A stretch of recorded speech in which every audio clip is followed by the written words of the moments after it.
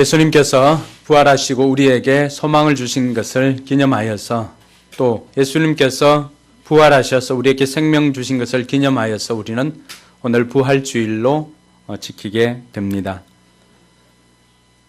예수님의 죽음과 이 부활은 복음을 바치고 있는 두 기둥이라고 할 수가 있습니다.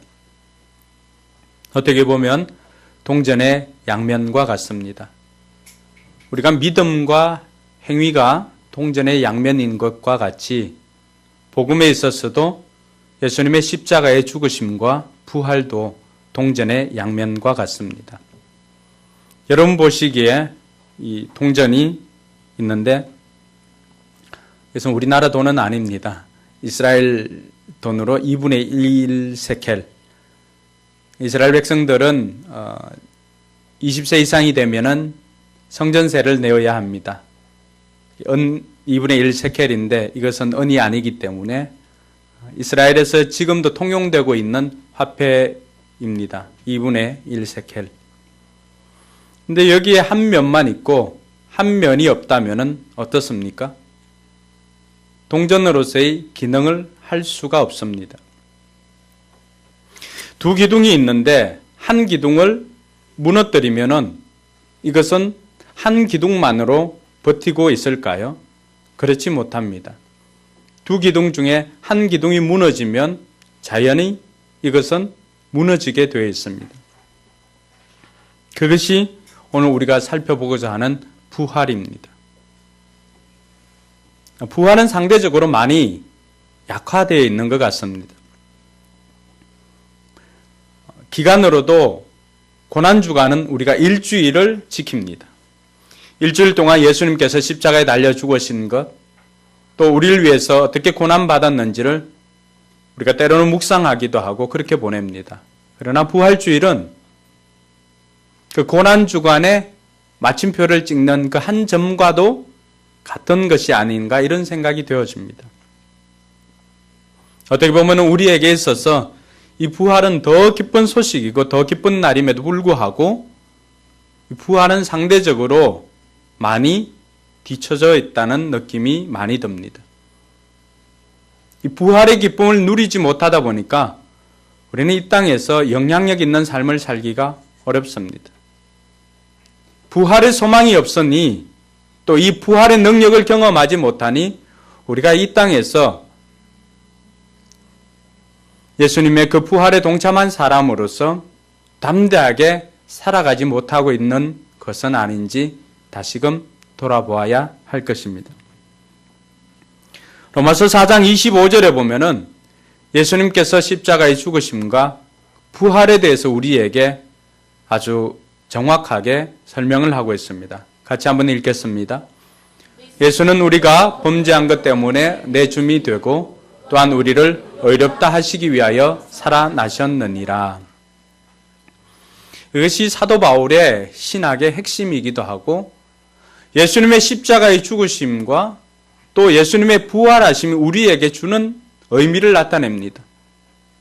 범죄한 우리가 죄에서 용서받을 수가 있었던 것은 예수님께서 십자가에서 달려 죽으심으로 말미암아서 저와 여러분들의 모든 죄가 속량받았습니다. 할렐루야. 우리가 죄의 용서함을 받고 의로운 존재가 되는 것으로 그친 것이 아니라 그 의로움을 위해서 필요한 것이 있었다면 그것이 바로 부활이라고 하는 것입니다. 그래서 오늘 말씀에도 또한 우리를 의롭다 하시기 위하여 살아나셨느니라 그렇게 말하고 있는 것입니다.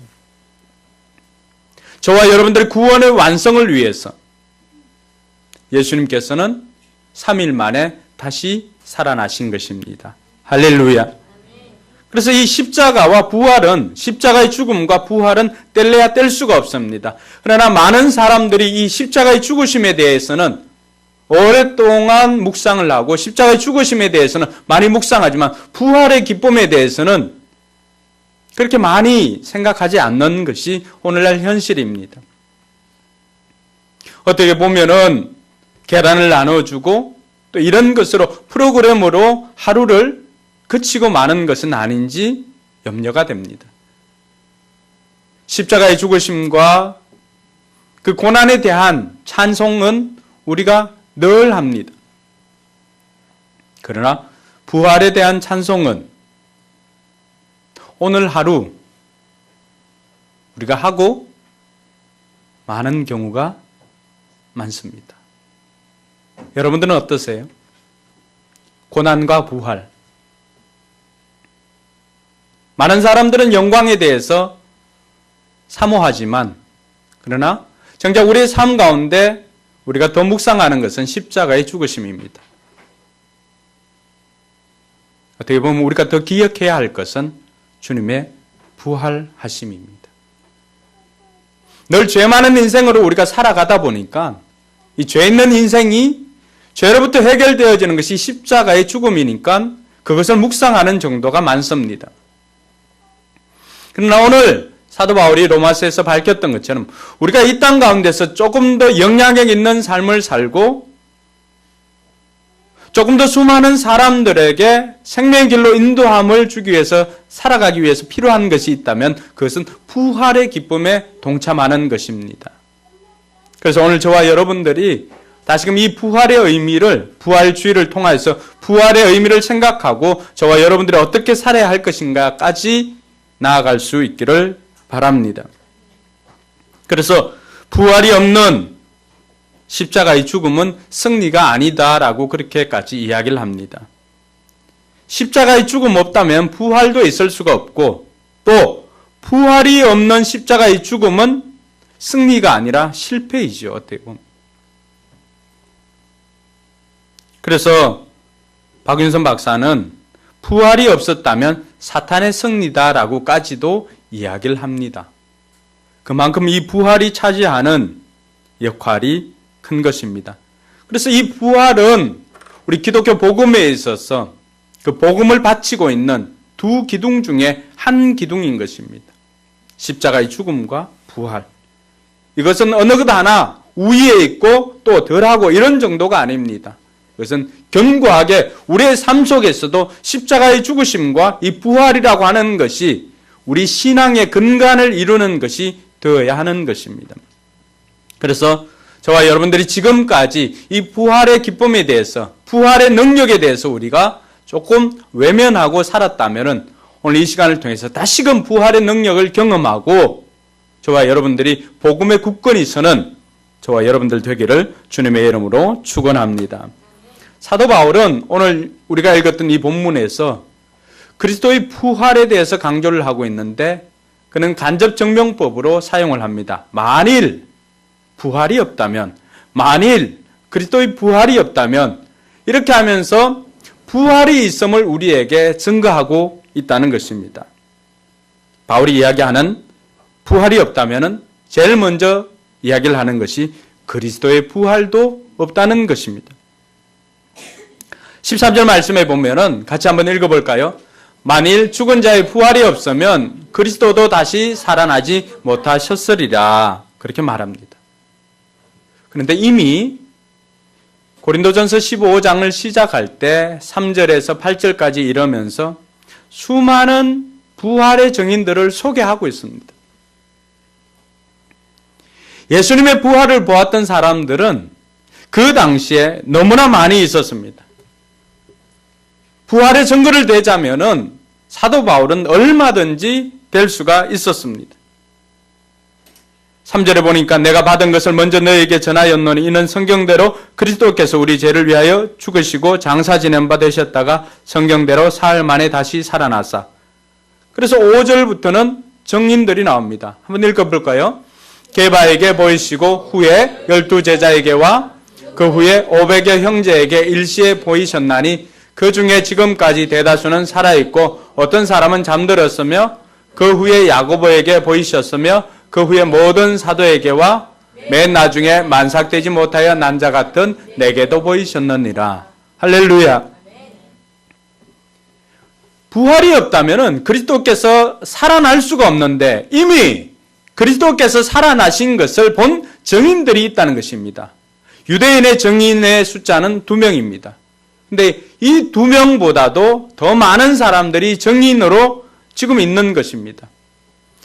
베드로에게 보이시고 12제자에게 보이시고 그리고 난 다음에 500의 형제에게 보이셨다는 것입니다. 500의 형제에게 보이신 다음에 야고보에게 보이시고, 그리고 제일 마지막에는 만삭되지 못한 자신에게도, 바울에게도 보이셨다는 것입니다.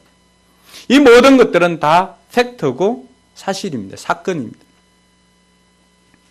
예수님께서 부활하신 것을 사도 바울은 오늘 온 성도들에게 이 사실을 가르쳐 줄 뿐만 아니라 오고 오는 모든 세대들에게 이 사실을 증거해 주고 있는 것입니다.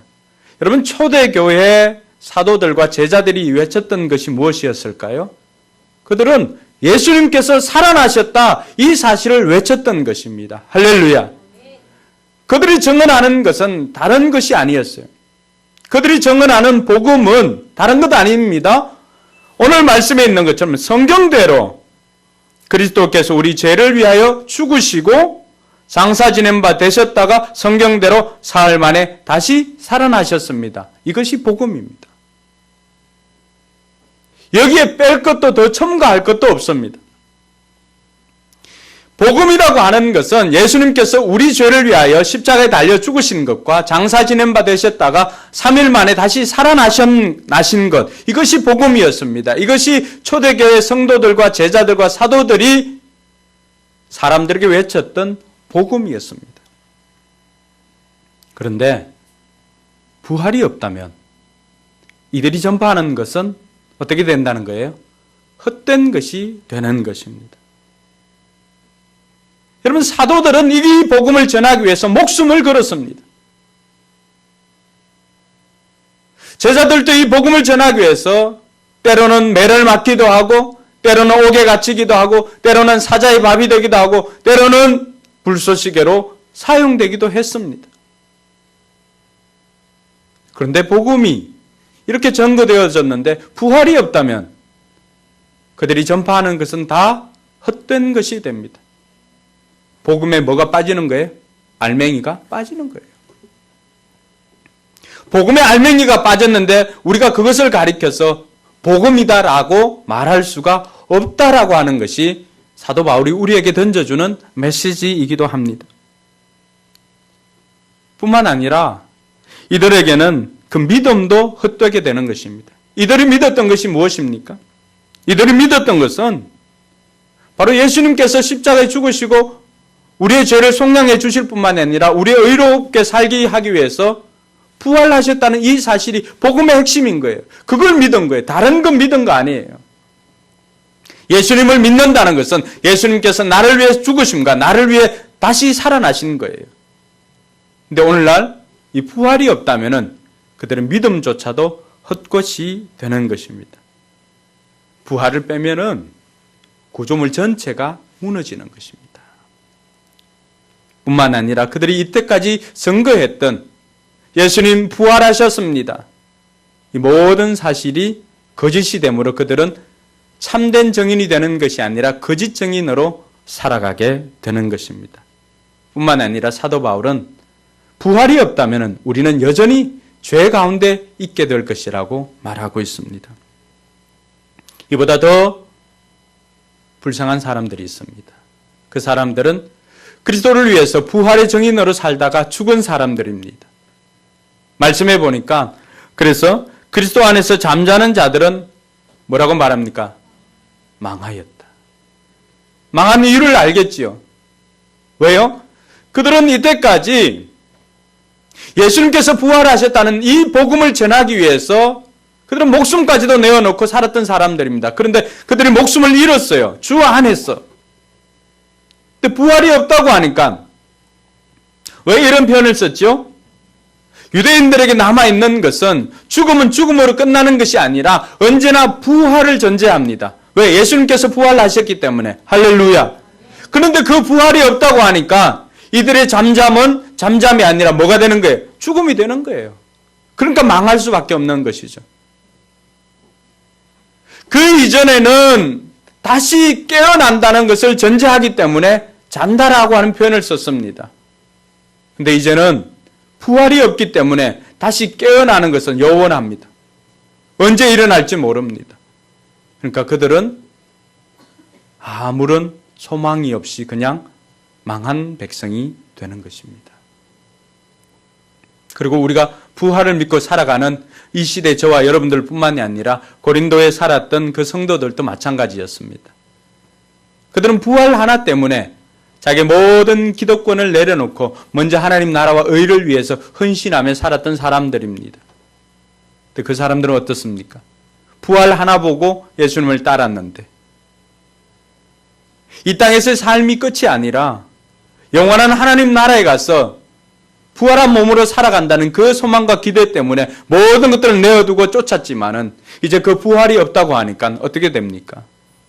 그들은 가장 불쌍한 사람 중에 불쌍한 사람이 되는 것입니다. 이 모든 것들을 한마디로 한 문장으로 요약하면 부활이 없으면 기독교도 없다라고 말할 수가 있습니다. 어떻게 보면 기독교의 서고 넘어짐의 원리를 제시해 주는 것이 바로 부활입니다.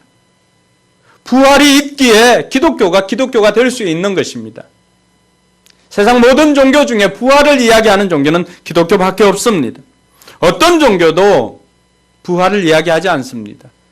그리고 빈 무덤으로 남아있는 곳이 없습니다. 모든 종교들이 성지라고 생각하던 그곳은 다 그 종교의 창시자들의 죽음 무덤이 있습니다. 공자의 무덤도 다 있습니다. 그러나 예수님의 무덤은 없습니다. 왜 그럴까요?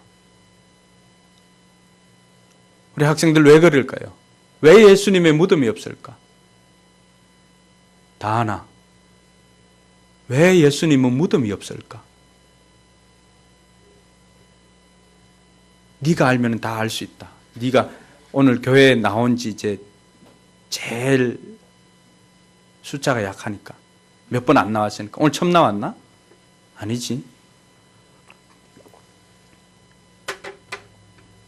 왜 예수님의 무덤이 없을까?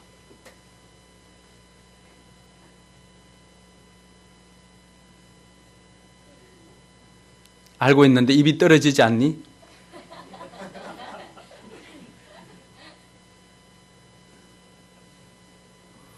성령이 아니고서는 아무도 예수를 주님이라고 고백할 수가 없습니다. 여러분들이 보는 현장 그대로입니다.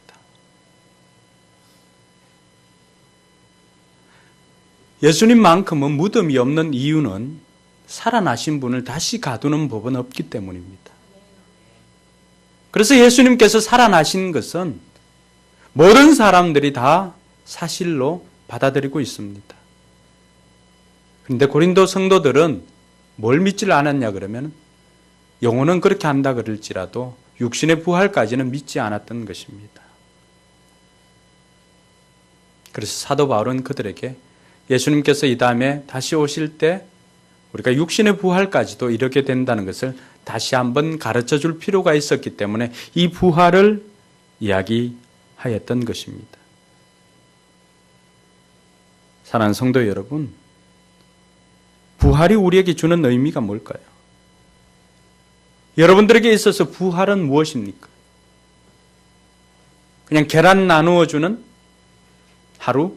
아니면 1년 52주 중에 고난주간이 끝나고 또 금식기도가 끝나는 그 다음 날 이런가요? 여러분에게 있어서 부활은 어떤 의미가 있습니까?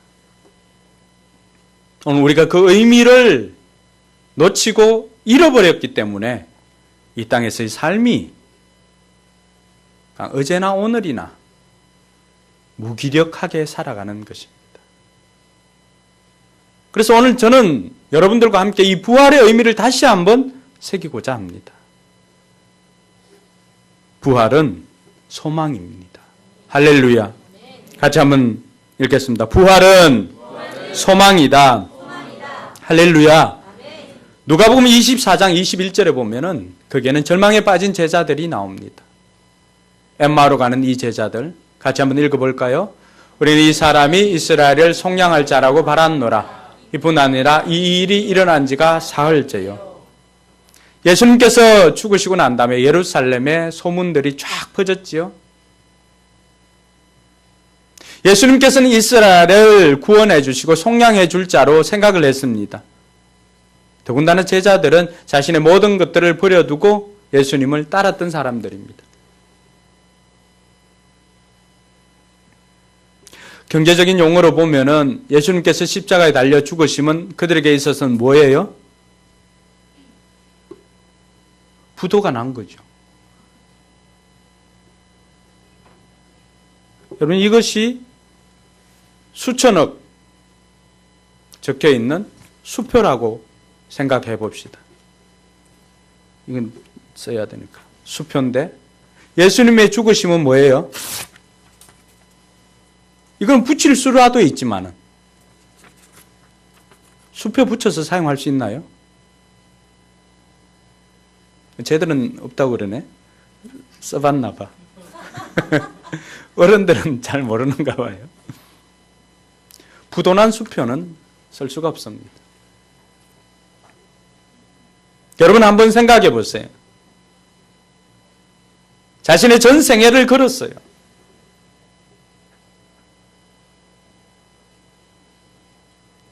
예수님께서 이 땅을 통치하실 때 거기에 있는 누군가는 나는 예수님의 오른팔이 될 거예요. 나는 예수님의 왼팔이 될 거예요. 예수님 왕으로 등극하는 그날 나는 예수님 옆에서 국무총리를 할 거예요. 아니면 비서실장이 될 거예요. 이랬던 사람들. 자신의 생업을 다 포기하고 가족들도 뒤로 하고 예수님께 올인하였어요. 근데 예수님이 그냥 죽으신 거예요. 이들의 고백 속에 못내 미련이 또 아니면은 원망이 묻어져 있지 않습니까? 이 일이 일어난 지가 사흘째요. 그러면서 이들은 엠마오로 내려갔습니다. 예루살렘에서. 모든 것을 걸었지만 십자가 사건이 있은 후 이들의 꿈은 산산조각이 났습니다. 이들의 미래는 산산조각이 났습니다. 그냥 부도 맞은 지경이 아니에요. 모든 것들이 끝난 거예요. 그러니까 다시금 갈릴리 업으로 복귀하는 제자들의 심정을 우리가 조금은 이해할 수 있을 것 같습니다. 그런데 어떤 일이 생겼습니까? 바닥이라고 생각하는 그 순간, 끝이라고 생각했던 그 순간 예수님께서 다시 살아나셨습니다. 할렐루야! 이것이 그들에게 복음이 아니고 무엇이겠습니까? 모든 것이 끝났다고 하는 그 순간, 이제는 안 돼. 이제는 포기해야 돼. 더 이상 우리에겐 소망이 없어, 미래가 없어. 행복 끝, 불행 시작이라고 생각했었는데 성경대로 예수님께서 3일 만에 다시 살아나셨습니다. 할렐루야. 그러므로 부활은 소망인 것입니다. 오늘 저와 여러분들이 인생의 바닥을 치고 건강의 바닥을 치고 삶의 바닥을 치는 그 시점이라 할지라도 오늘 이 부활하신 주님을 생각하면서 다시금 소망을 가질 수 있기를 주님의 이름으로 축원합니다. 우리 예수님 역전의 명수입니다. 할렐루야. 모든 사람들이 포기했습니다. 모든 사람들이 절망에 빠졌습니다. 하나님께서는 예수님을 다시 살리심으로 말미암아 우리에게 소망이 되어 주셨습니다. 이 주님께서는 오늘 또 부활하셔서 저와 여러분들과 함께 하십니다. 왜요? 바닥난 인생에서 우리를 일으켜 주시고 다시금 부활의 능력으로 살아가도록 저와 여러분들을 인도해 주심을 믿으시기 바랍니다.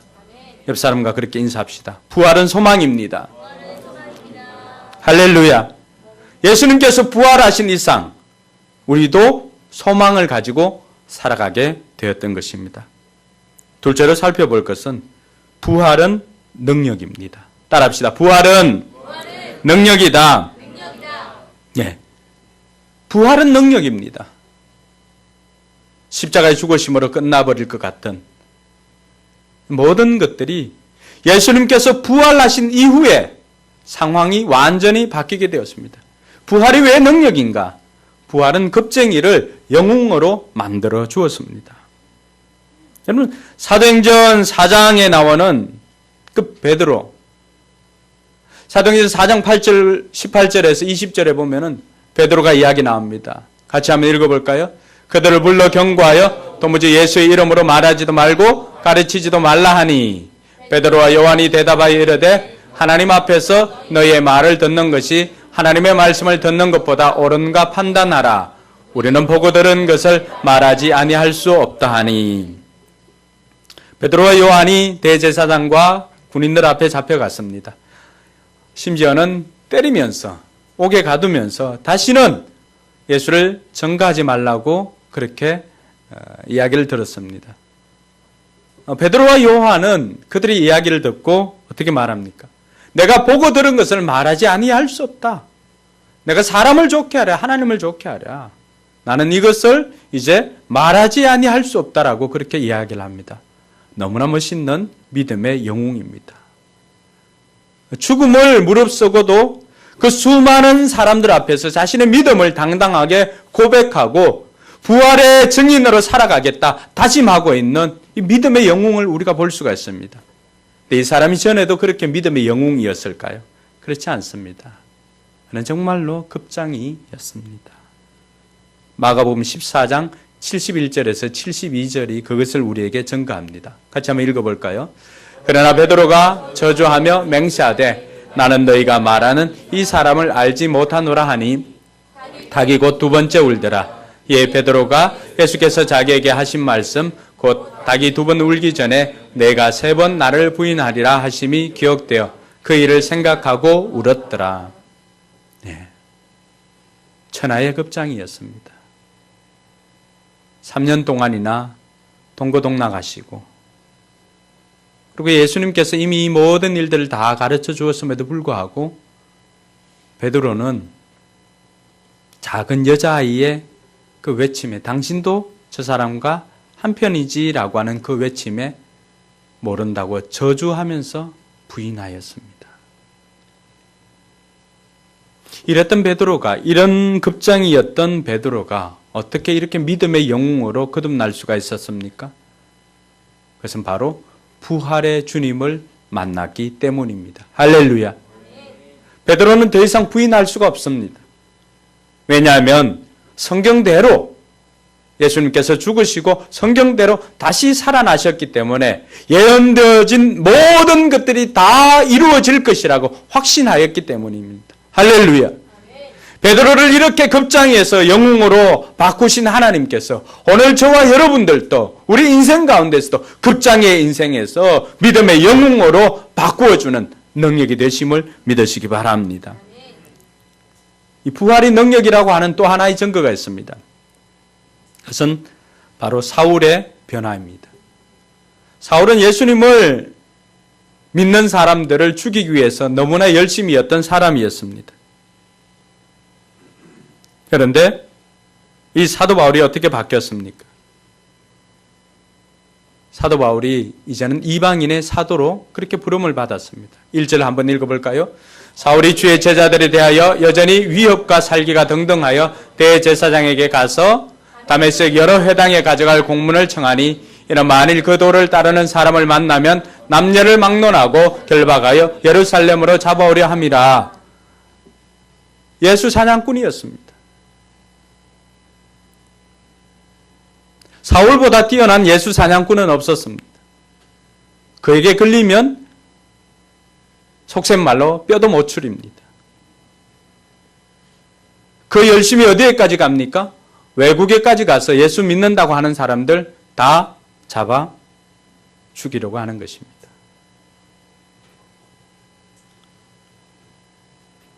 한국에 뿐만이 아니라 어디에까지 갔어요?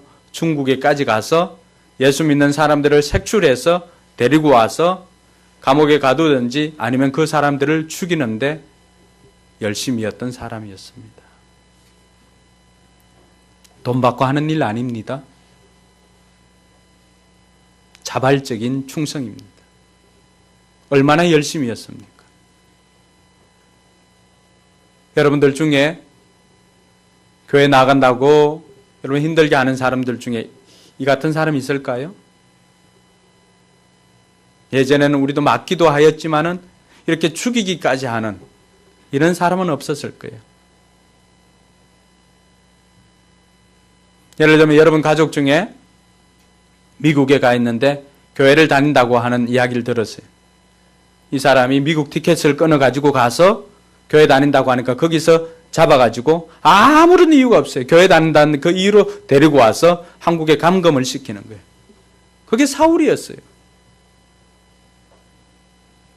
이랬던 사람이 어떻게 바뀐 거예요? 9장 22절에 보니까 그렇게 이야기를 합니다. 같이 읽습니다.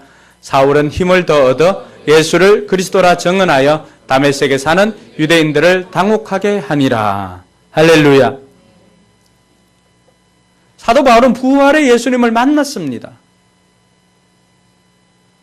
그래서 15장 9절에 고린도전서 15장 9절에 보니까 8절에 맨 나중에 만삭되지 못한 난자 같은 내게도 주님께서 만나주었다는 거예요. 이 부활의 주님을 만난 이후에 사울의 인생이 달라진 것입니다. 예수 사냥꾼, 예수 핍박자로 살았던 이 사울이 예수를 전하는 정인의 삶을 살았던 것입니다. 그래서 부활은 능력입니다. 부활은 사람을 바꾸는 능력입니다. 오늘 저와 여러분들 중에도 또 우리 가족들 중에도 그들이 변하게 되는 것, 그들을 바꾸는 힘은 부활하신 주님을 다시 만나는 것입니다. 할렐루야. 이 은혜가 있기를 주님의 이름으로 축원합니다. 그래서 부활의 능력을 경험한 사람들은 무기력할 수가 없습니다. 그 사람들은 더욱더 담대해지고 그 사람들은 두려움 없이 이 땅 가운데서 부활의 정인으로 살아갈 수 있는 것입니다. 할렐루야. 오늘 저와 여러분들이 다시금 이 부활의 능력을 경험하고 무기력에서 탈출하여서 능력 있는 주의 정인으로 살아가길 주님의 이름으로 축원합니다. 그래서 2016년 우리 교회 표어가 뭐라고요? 예수 정인의 삶입니다. 그래서 부활의 정인의 삶인 것을 다시 한번 기억할 수 있기를 바랍니다. 마지막으로 살펴보는 것은 부활은 기회입니다.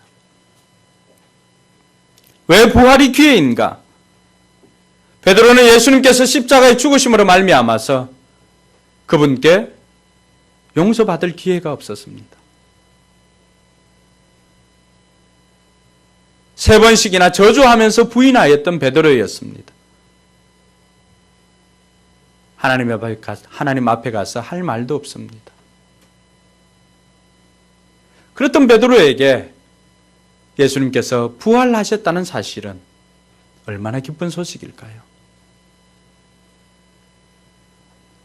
그래서 그 부활의 새벽에도 그 아침에도 그는 그 소식을 듣고 쫓아 무덤까지 달려갈 수 있었던 것입니다. 아니 모든 인생이 절망 가운데 갈릴리로 다시 고기 잡으러 갔을 때에도 그 새벽에 아직 먼 길이었지만은 예수님을 사랑하는 자가 주시다라고 하는 그 소리에 그는 뛰어 나올 수밖에 없었습니다. 배에서 그 배가 이 육지까지 도착하는 것을 기다릴 수가 없었습니다. 왜요? 쫓아가서 그분께 자기의 그 마음을 변명이라도 해야 또 용서를 구해야 자기가 살 수 있기 때문입니다. 그래서 부활은 기회입니다. 여러분들이 부모님 돌아가실 때 아직 살아계신 분도 있지만 왜 그렇게 울고 그렇게 합니까? 왜 그렇게 서럽게 옵니까? 기회가 없기 때문입니다. 그렇게 돌아가실 줄 알았다면 그렇게 원하는 것 같이 한번 해볼 걸. 근데 죽음은 우리에게 기회를 다 가지고 갑니다. 부모에게 효도할 기회도 자녀를 사랑할 기회도 다 가지고 갑니다. 하나님을 경험하는 삶에서 우리가 유서를 이렇게 써보았습니다. 모든 사람들이 가장 안타까워하면서 눈물 짓는 것은 더 사랑할 기회를 잃어버렸다는 것입니다. 그런데 부활은 우리에게 그 기회를 다시 주는 것입니다. 부활하신 예수님께서는 베드로에게 찾아와서 너 왜 그랬니? 따지지도 묻지도 않습니다. 예수님은 한량없는 그분의 사랑을 다시금 베드로에게 보이시고 베드로에게 너 아직도 나를 사랑하니? 그 사랑만 확인하였습니다. 그리고 예수님께서는 베드로에게 다시금 불러주시고 또 새로운 사명을 부여해 주었습니다. 어떻게 보면은 부활은 우리에게 주시는 새로운 기회라고 하는 사실을 믿으시기 바랍니다. 이 모든 것들이 예수님의 부활이 없었다면 이런 기회조차도 우리에게는 없는 것입니다. 예수님께서 부활하셨다는 것은 우리에게 이 기회를 주고자 함입니다. 여러분 더 사랑하시기 바랍니다. 더 용서하시기 바랍니다. 더 섬기시기 바랍니다. 이 부활을 통하여서 주님께서 저와 여러분들에게 다시금 주시는 기회인 것을 깨닫고 더 사랑하고 더 용서하고 더 섬기는 저와 여러분들 되길 주님의 이름으로 축원합니다. 또 한 사람이 있습니다. 도마입니다. 도마. 부활하신 주님을 만났다는 그 소리에 도마는 택도 없는 소리 하지 마라. 나는 그런 거 못 믿겠다라고 이야기했습니다. 그런데 도마가 함께 제자들과 있을 때 예수님 도마에게 찾아오셨습니다. 그리고 도마에게 말합니다. 도마 너 일로 와. 손가락 넣어봐. 도마가 그 손가락을 예수님 못자국 난 그 손에 넣을 때 그 창자국에 도마의 손을 넣을 때 도마의 심정이 어땠을까요? 예수님 그 도마에게 그렇게 말씀하십니다. 도마야, 나를 본고로 믿느냐? 보지 않고 믿는 자들이 더 복되다. 그렇게 말합니다. 부활은 우리에게 믿음을 더하여 주는 기회입니다. 도마의 믿음이 그때 한 단계 더 자라게 된 것입니다. 오늘 우리가 부활절, 2016년 이 부활절을 맞이하면서 성찬에 참여하면서 우리가 경험하는 것은 부활은 기회다라고 하는 사실입니다. 믿음을 얻는 기회입니다. 다시금 도마처럼 믿음을 얻는 기회입니다. 이 부활을 통하여서 저와 여러분들이 보지 않고 믿는 믿음의 자리에까지 나아가는 저와 여러분들 되기를 주님의 이름으로 축원합니다. 그래서 부활은 소망이고 부활은 능력이고 부활은 기회인 것입니다. 이 모든 것들을 우리가 안다면 우리가 어떻게 살아야 할까요? 이 모든 것들을 경험한 저와 여러분들이 살아가야 하는 방법은 단 한 가지. 따라합시다. 우리도 부활의 증인으로 살아야 한다. 할렐루야. 그래서 부활하시고 성천하신 예수님께서 성천하시기 전에 마지막 명령하신 그 명령이 무엇입니까? 부탁이자 명령은 다른 것 아닙니다. 너는 가서 모든 족속으로 제자를 삼고 같이 읽습니다. 내가 너에게 분반 모든 것을 가르쳐 지키게 하라. 볼지어다 내가 세상 끝날까지 너희와 항상 함께 있으리라 하시니라. 할렐루야. 다른 것 아니에요. 영혼 구원하여 제자 삼는 그 사명대로 사는데 그것은 곧 부활의 증인의 삶을 살아라고 하는 것입니다. 오늘 부활이 그런 의미가 있다면 저와 여러분들은 이 부활의 증인으로 살아가는 저와 여러분들 되기를 주님의 이름으로 축원합니다. 옆 사람에게 그렇게 축복합시다. 부활의 증인으로 삽시다. 할렐루야. 우리 이 시간 같이 한번 기도하고 찬양하며 나아가도록 하겠습니다. 여러분 그동안 이 부활에 대해서 여러분 어떻게 생각하셨나요?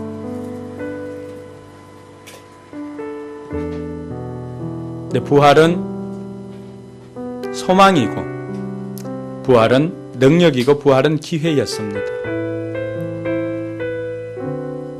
그동안 여러분들이 포기하고 또 무기력하게 살아왔던 것이 있다면 오늘 이 부활의 아침을 통하여서 저와 여러분들이 다시금 능력 있는 삶을 살 수 있도록 예수님의 부활을 여러분의 부활 되게 하여 주십시오. 기도하십시오. 부활이 기회가 되게 하여 달라고, 부활이 소망이 되게 해달라고 기도하시기 바랍니다. 주님, 주님 감사합니다.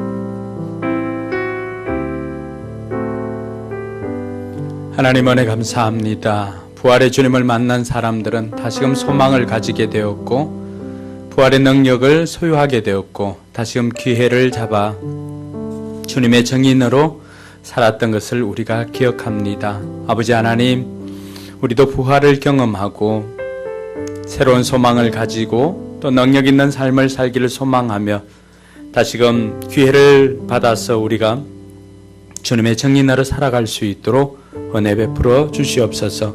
우리를 통하여서 수많은 생명들이 주님께로 나아올 수 있도록 하나님께서 우리를 선한 도구로 부활의 정인으로 사용하여 주시옵소서. 감사를 드리며 거룩하신 예수님 이름으로 기도드리옵나이다. 아멘. 우리 자리에 일어나서 살아계신 주님을 찬양하도록 하겠습니다.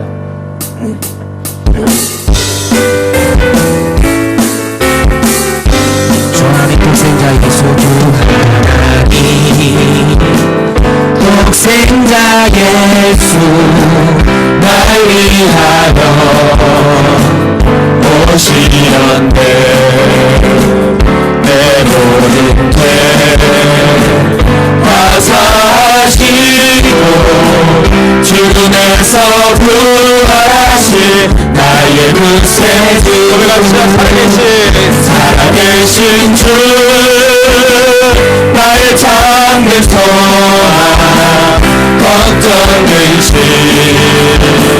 전혀 없네 사랑의 주내 날 인도하니 내 모든 삶의 기쁨 그 중간하니 주 하나님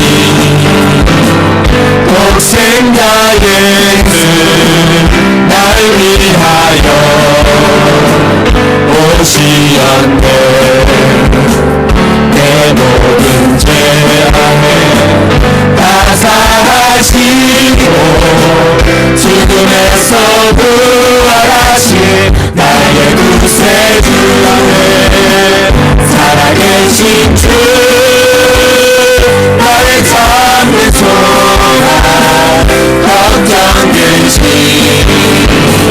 전혀 없네 사랑의 주님을 날 인도하니 내 모든 삶의 기쁨 그 중간 살아계신 주 나의 참된 소망 걱정 근심 전혀 없네 사랑의 주내 날 인도하니 내 모든 삶의 기쁨 그 주만하니 할렐루야. 기도하겠습니다. 이제는 부활이여 생명 되시는 구주 예수 그리스도의 은혜와 예수님 이 땅에 보내주신 하나님의 무한한 사랑과 성령 하나님의 감동 감화 교통 충만하심의 역사가 부활의 증인으로 살고자 다짐하는 우리 모든 성도들 머리 위에와 저들의 삶과 또 우리 교회와 또 선교지 위에 이제로부터 영원토록 함께 있을지어다. 아멘.